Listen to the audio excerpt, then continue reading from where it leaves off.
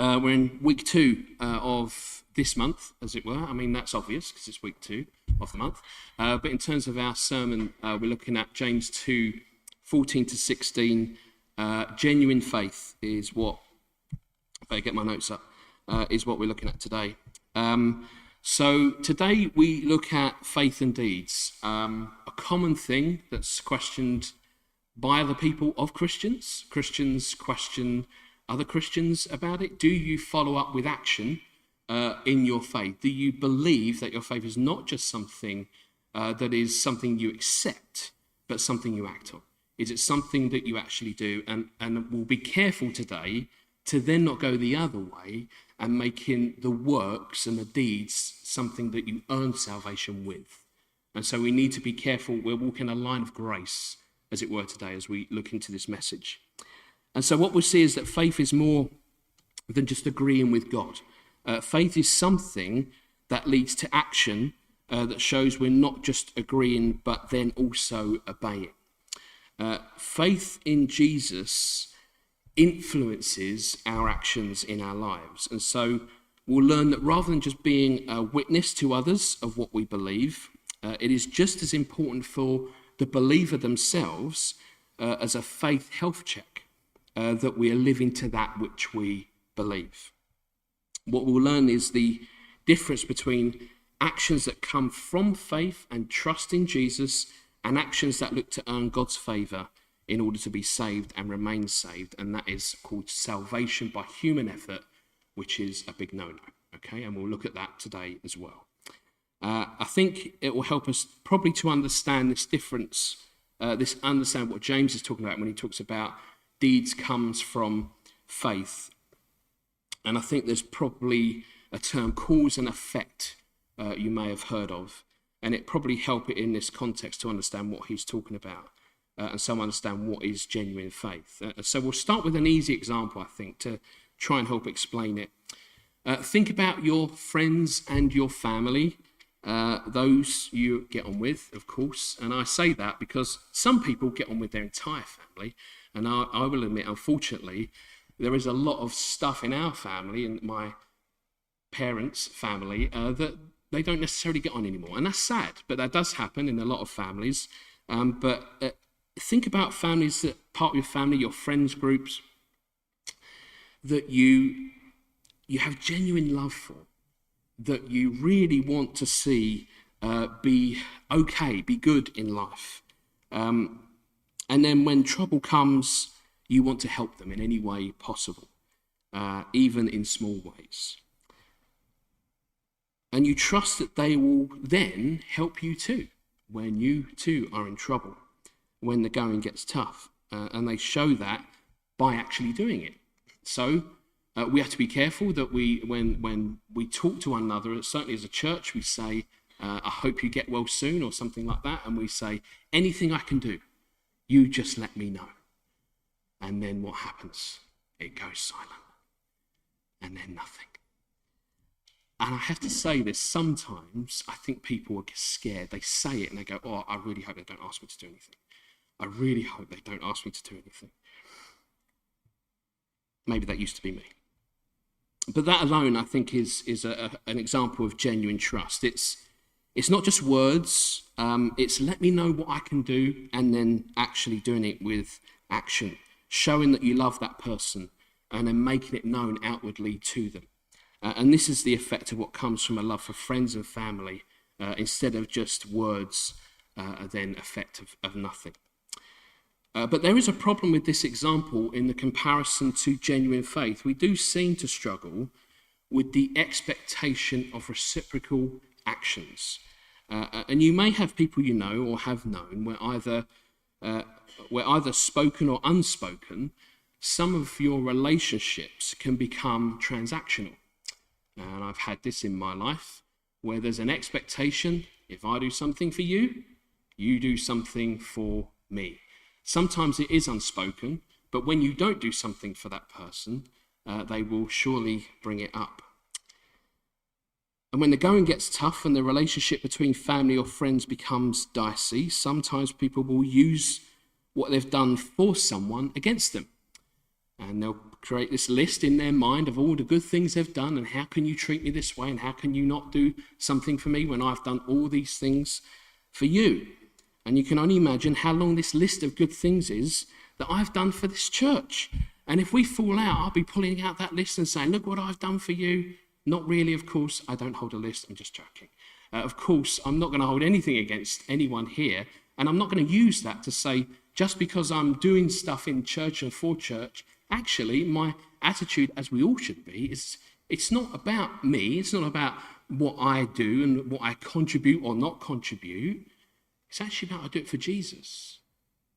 Why am I here? I'm not driven primarily by the church, by us even gathering together. First and foremost, I understand the love Jesus has for me. And out of that love, I want to do some good things, not to impress Jesus, just to thank him for what he's done. And so I don't just show it in words. I don't just read my Bible and then say, well, I've read my Bible today, I've done my 2 pages or whatever, and then I'm done here today. No, I actually want to find or seek opportunity to serve. Sometimes actually that's very automatic and we don't always need to seek it. But the problem is that the relationship is always, when it's built on transactional relationships, you do something for me and I'll do something for you.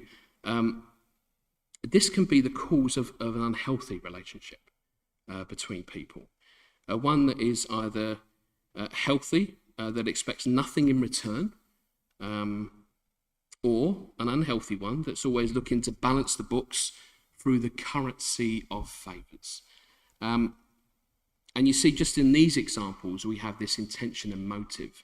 What is our motive for our friendships, for our relationships with other people?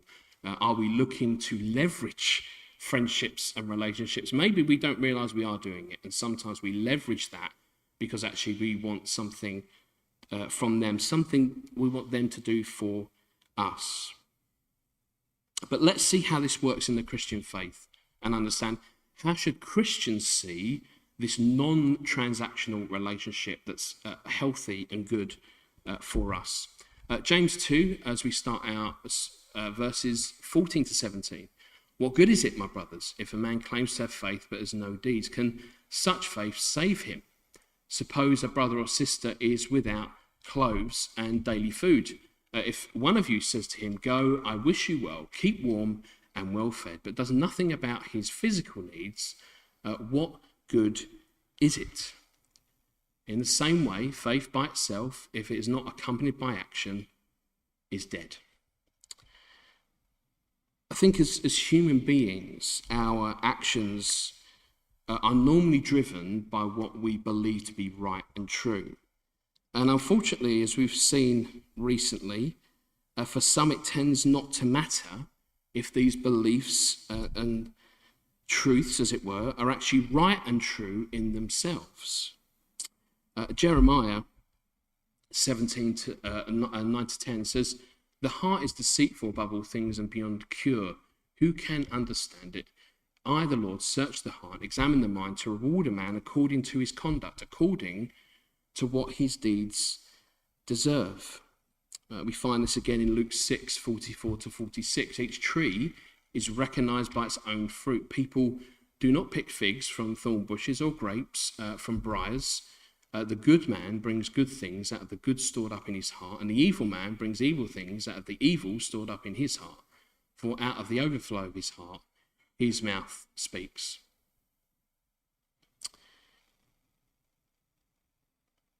At a basic level, faith in Jesus should change our hearts. It should do something to how we behave, and not just on the outside. It should change every decision and how we make that decision every single day of our lives. And this is very difficult because we make minor decisions every day in every way in our lives, but we're told to keep God at the center of our faith every day. And I can't dress this up any other way other than to say, as a Christian, it should impact you with small decisions that you make in your life. And I'm going to tell you the truth, it is a struggle. It's a struggle to keep including God in even the small decisions as you walk through in life, especially when those things involve pain and hurt, when you have to make choices that are trying to maybe even rectify a situation, but maybe we rush to the solution before we consult God. Maybe we trust in ourselves a bit too much when we try to do that. But in this warning from James, he effectively says that those who do not put their faith into action speaks of a heart that conversely is full of emptiness. There's nothing in it. The faith that this person professes to have, if not followed up by visible fruit, as we've seen in the verses, visible actions of some degree or another, is really dead.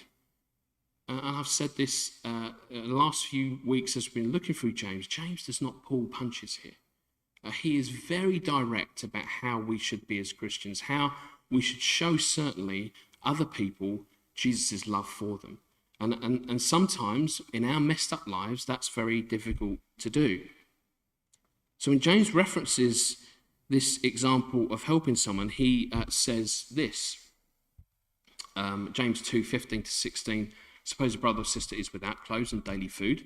If one of you says to him, go, I wish you well, keep warm and well fed, but does nothing about his physical needs, what good is it? He says in effect that this person, or this person's speech from their mouth or lips and lack of action reveals what is truly in their heart, which is a faith that is dead. And that, let's just consider something here. We need to be careful about what James is saying about deeds. Just because he uses the example of providing something for someone who is in a physical need does not mean that deeds are narrowly defined by helping those who need clothes and daily food. James is really using this example, and I'll get onto this, in his context at that very moment of what's going on in his life as he lives for his brother, his half-brother Jesus. And he is using the example to show if we don't do something from the faith we profess to believe in, what is it really worth? Deeds, ultimately, are the outward actions of the faith we have in Jesus. Just as it is helpful to help with practical needs, our faith should also spur us into action when we see brothers and sisters in Christ who are spiritually struggling. It might even be someone who doesn't believe in God and is struggling with something also. What can we do for the more complex need? Well, I'm going to give you the first principle. And probably if you don't do anything else, this is what we need to do. It's prayer. That might sound like a get out of jail card. It might sound like a way of me just kind of batting away the problem. But as I said earlier, the problem that we face as people, as Christians most certainly, is that we sometimes rush into decisions. We rush into choices. And here, we should first pray. First come to God.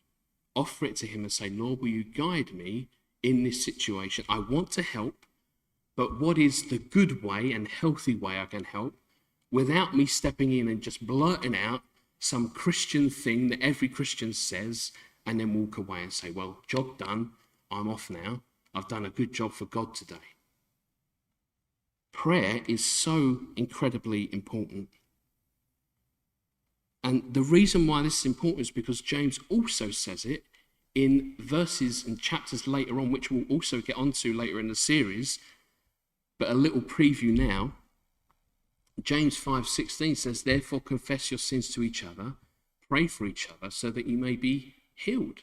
The prayer of a righteous man is powerful and effective.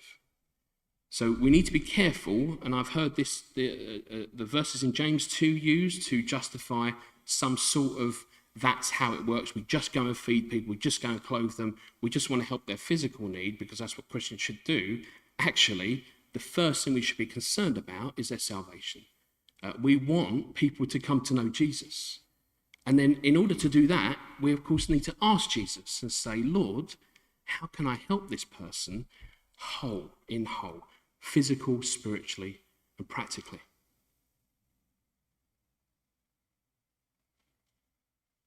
Now, deeds, as we see them here in James, are not measured by how extravagant they are. Okay? So again, what it's trying to do is so that I don't boast in the good things that I might do for God. And what James does carefully here is use an example.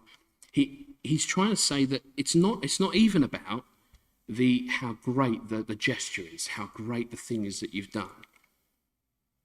Deeds are simply those things we do because we first have faith in Jesus and want to do what he also did.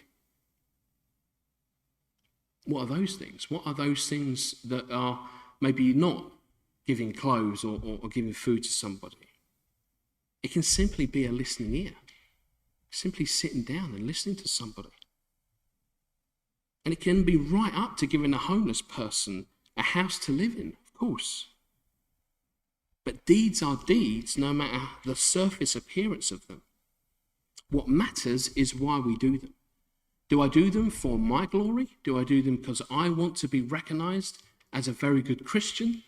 Or do I do them because I want to glorify God and see that person ultimately, maybe not even in that moment, but know the love of Jesus that Jesus has for them?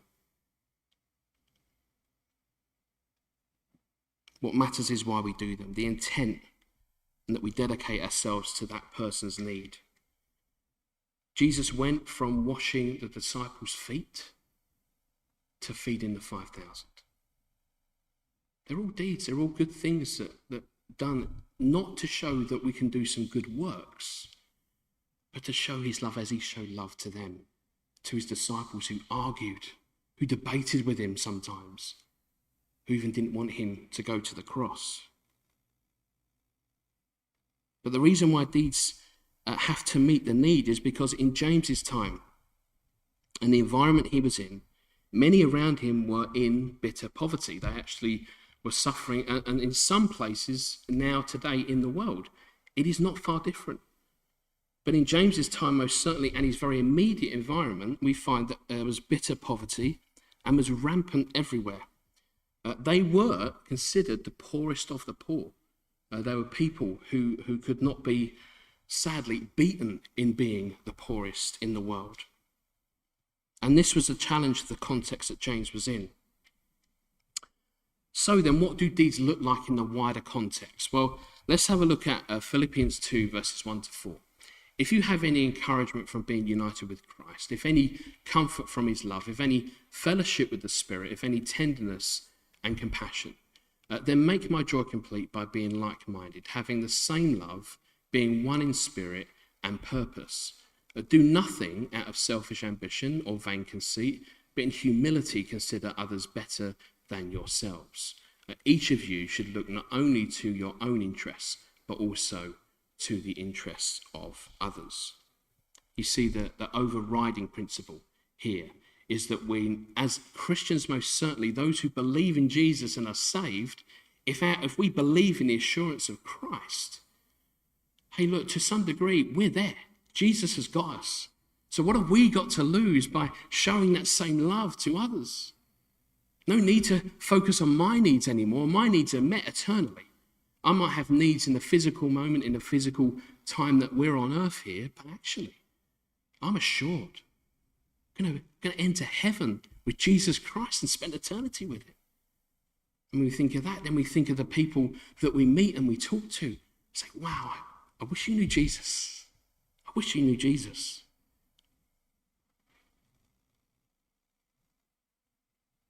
How does belief in God reveal itself in the world? John 13, verse 35. I've gone too far, haven't I? Oh, I think I've jumped one. 1 second.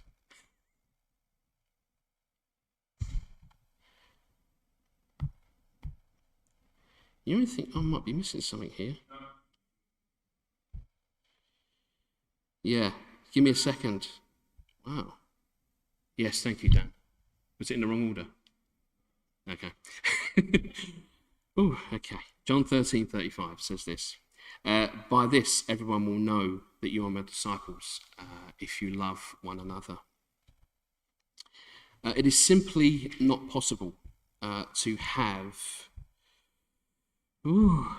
Just give me a second here, guys, because I think I've skipped an entire section of my sermon, which doesn't make any sense. And I want it to make sense. I'm going to go back. Bear with me, guys. Bear with me. We're nearly there. Yeah, this is the one. All right. So it's 2:1-4. And, the iPad's skipping on me. Okay. All right. And its core, this is it. The act of deeds towards others out of faith in Jesus is one that will be sacrificial. And so faith and deeds cannot be separated. They are integral part of one another. This is the right verse now, James 2:18-19. But someone will say, you have faith and I have deeds. Show me your faith without deeds, and I will show you my faith by what I do. At 19, you believe that there is one God. Good. Even demons believe that and shudder. Right here, it is understood that someone is trying to say that faith in God is separate from the deeds we do. But James says, when you only believe something to be true, that there is one God, it's no different to that of what the demons believe. The demons believe there is God. The difference is, do you believe in God in order that it changes you and so do the work that God has set forward for you? This is the difference between a dead faith and a saving faith. We have many that will go to church for the simple idea that going to church is all that is needed to be saved. And by the way, I think that's our fault as churches. I don't want to blame the people that are walking through the doors, because actually church should know better than that. They are guided by the word, and so should not be giving the sense that if you turn up to church, that alone will save you. You could never turn up to church and you can still be saved. The difference with church and the role of church is that you come into a community of believers and they support and they help you.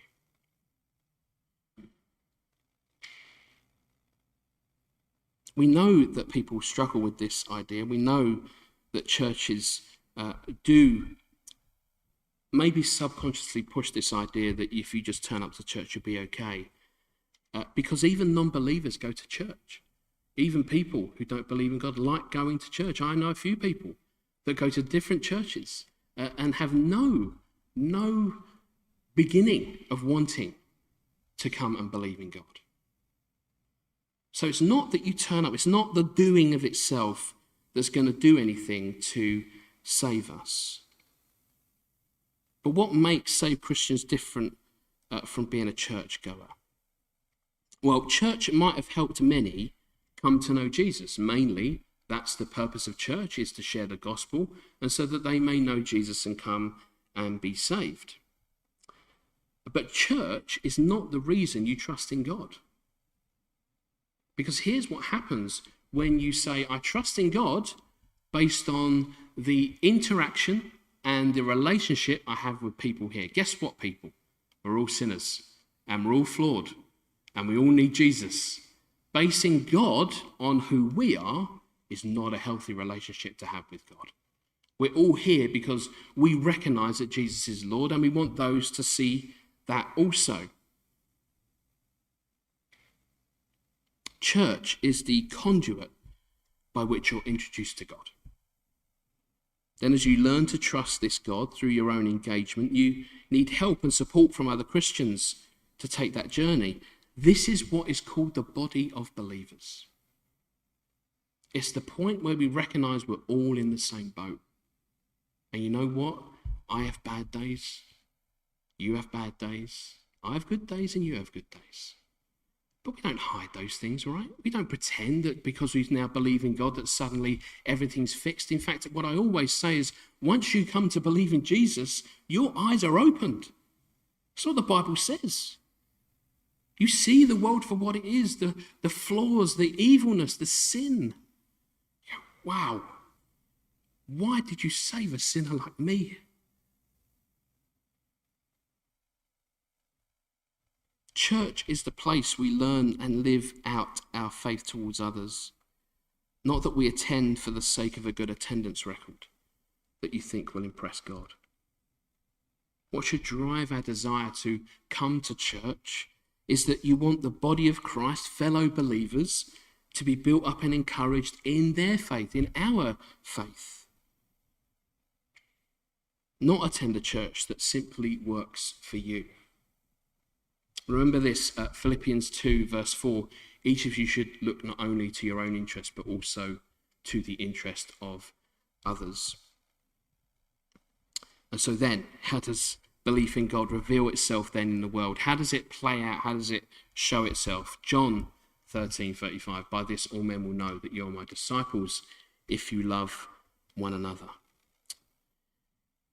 It is simply not possible to have a faith without deeds and call it a saving faith. If it saves us, it changes us. And when it changes us, it takes the focus off of us and onto Jesus and reminds us of the ultimate sacrificial act of Christ's death on the cross for the sins of mankind. So therefore, I want others to know this Jesus. How?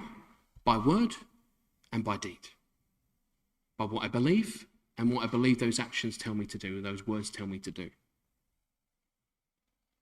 But not word without deed or deed without word. And so then James bluntly continues, you foolish man, do you want evidence that faith without deeds is useless? Was not our ancestor Abraham considered righteous for what he did when he offered his son Isaac on the altar? You see that his faith and his actions were working together, and his faith was made complete by what he did. Verse 23, and the scripture was fulfilled that says Abraham believed God, and it was credited to him as righteousness, and he was called God's friend. You see that a person is justified by what he does and not by faith alone. In the same way, was not even Rahab, the prostitute, considered righteous for what she did when she gave lodging to the spies and sent them off in a different direction. As the body without the spirit is dead, so faith without deeds is dead. This is probably a good place just to talk about the cause of faith. These verses can commonly be misunderstood, and they've not normally, but sometimes people say that these verses contradict what Paul says about what works are.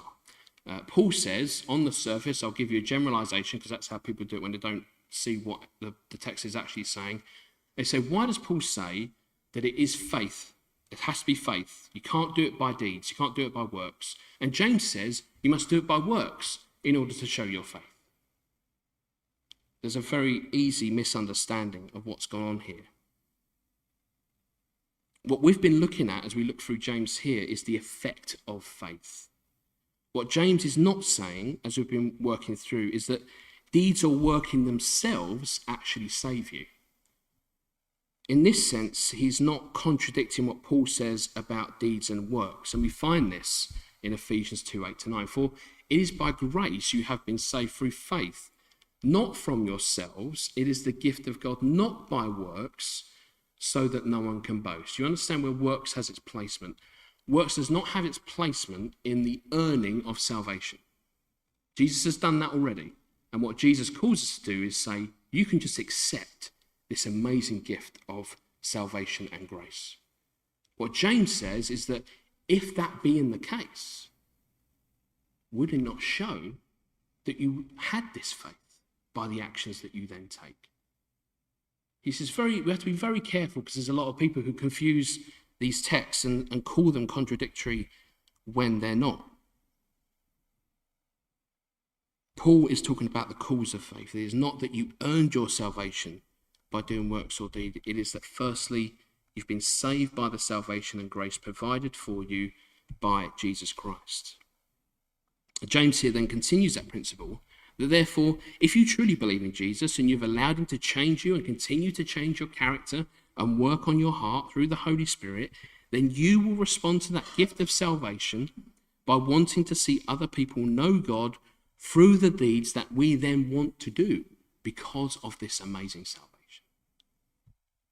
Faith, James says, is made complete by what we do with the trust we now have in God. So we have cause of faith, which is provided by Jesus, so we can believe in who he is, but then we have the effect of faith, so we can do what we claim we believe in. Many of you will know I'm a big fan of Charles Spurgeon, and thank you for rightly pointing out, for those that don't know who Charles Spurgeon is, he was a great preacher, a great teacher, in many, many moons ago, but said his quotes, as it were, let me say that because we put them into quotes, but his sermons were amazing. Some things, by the way, healthily disagree with about what he believed about how God chooses or not chooses or whatever we may not go into now. But here is a very good quote, as I think every quote I brought up seems to be helpful. Faith and works are bound up in the same bundle. He that obeys God trusts God, and he that trusts God obeys God. He that is without faith is without works, and he that is without works is without faith. And then you kind of just need some time just to process what he's saying there. There's a lot of going backwards and forwards, but Charles Spurgeon is making the claim or the principle, as the Bible does. It's circular. It's all in one. You can't separate them at all. I don't know if you've heard the saying, the proof of the pudding is in the eating. This is a very old saying, isn't it? And I don't know if you remember a TV program called Vicar of Dibley. There was this character in the show called Letitia Cropley, Miss Cropley.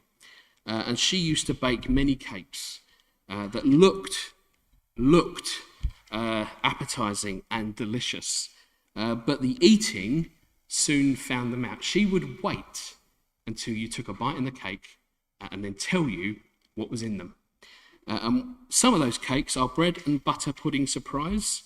It was a recipe for breeding snails. A Marmite cake, if there's such a thing. Orange cake with Branston pickle as icing.